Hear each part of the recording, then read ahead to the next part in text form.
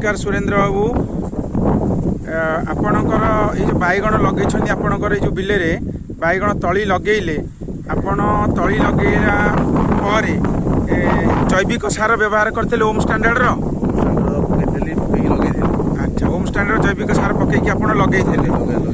ओम standard जो नियम अच्छी 20 दिन भितर अनुसार दबार 20 दिन भितर तमें सर्वाजी प्लस आउ निम्नरिश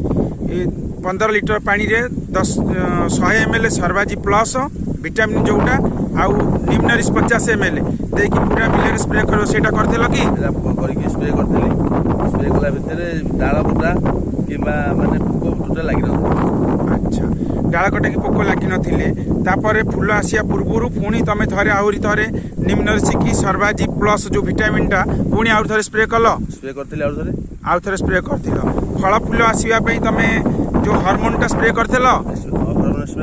हार्मोन स्प्रे करथिल तमर जो डाळ कटा पोको लागिबा बैगण पोकोरा होउची अन्य लोककर जहा होउची ओम स्टैंडर्ड रो